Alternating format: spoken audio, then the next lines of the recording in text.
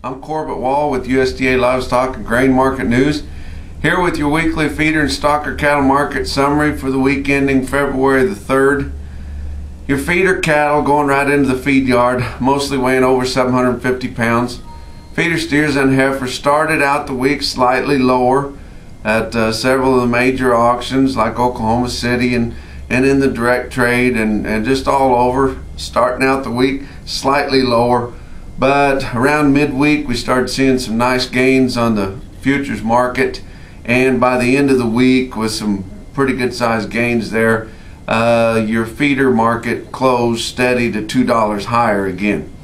So we saw prices gain ground again there. Now your calves and your short yearling stocker cattle to turn out on mainly grass later on when spring finally arrives, be $3 to $8 higher.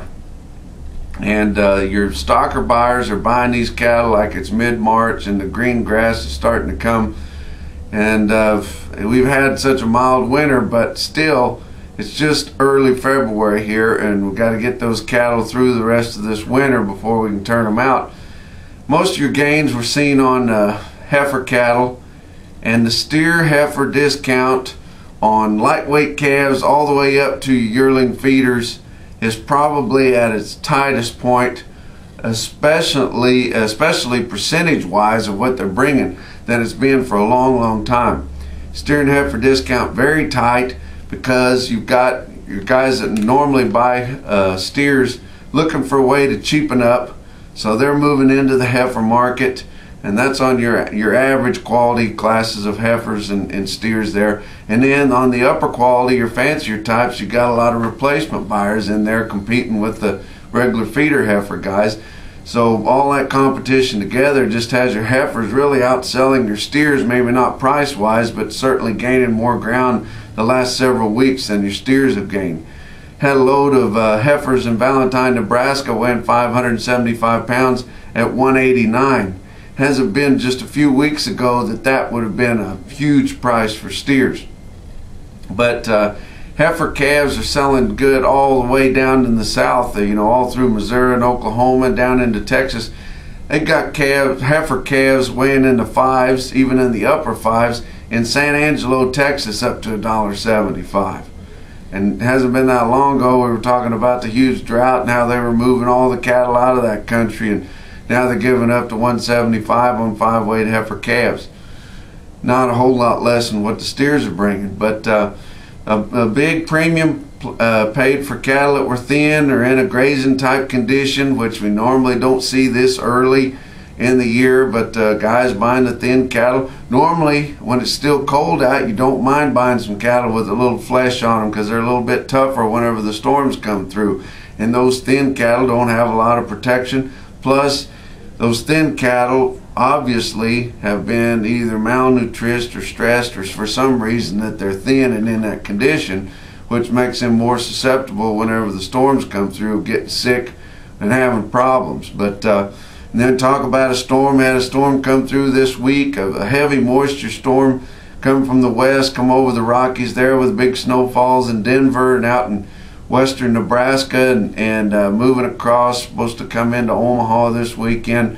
And to the north of there, going to have some snow. Now to the south of there, down in most of Kansas and Missouri and down that way, having some beneficial rains.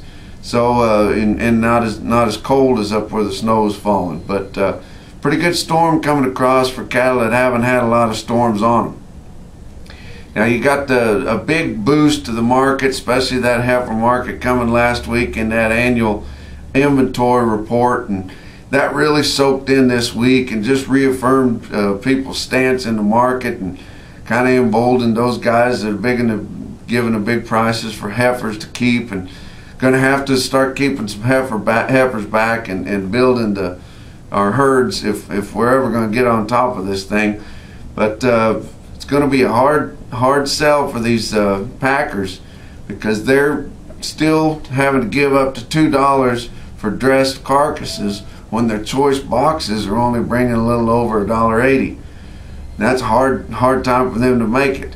And we know these feeder cattle are high. The feedlots need the big price, but You know, the packers don't have to give the big price for fat cattle just because feedlots gave too much for the feeder cattle. And they really dug their heels in the last couple of weeks. This week, your market was $1 lower live again. It was $2 lower dress, or $2 lower a week ago. We're down to $1.23 on a live basis, which still is awful high, but not the $1.30 everybody thought we'd be to by now, and $1.98 on a dress basis.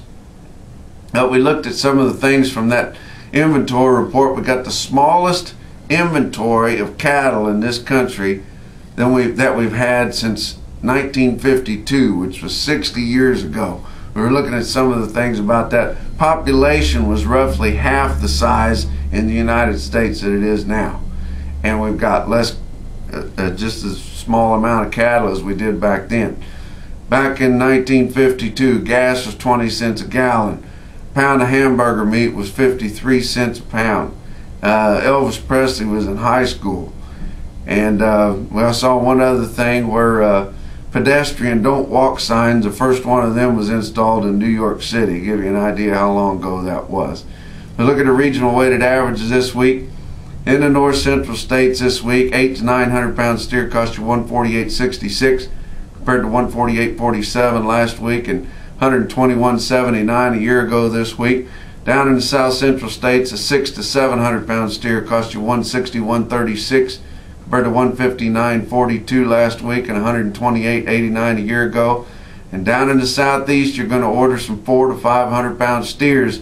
This week cost you $178.41 compared to $172.86 last week, $134.72 a year ago this week. That's our market report for this week. More information, check out our website at marketnews.usda.gov. From the Regional Market News Office in St. Joe, Missouri, we'll talk to you next week.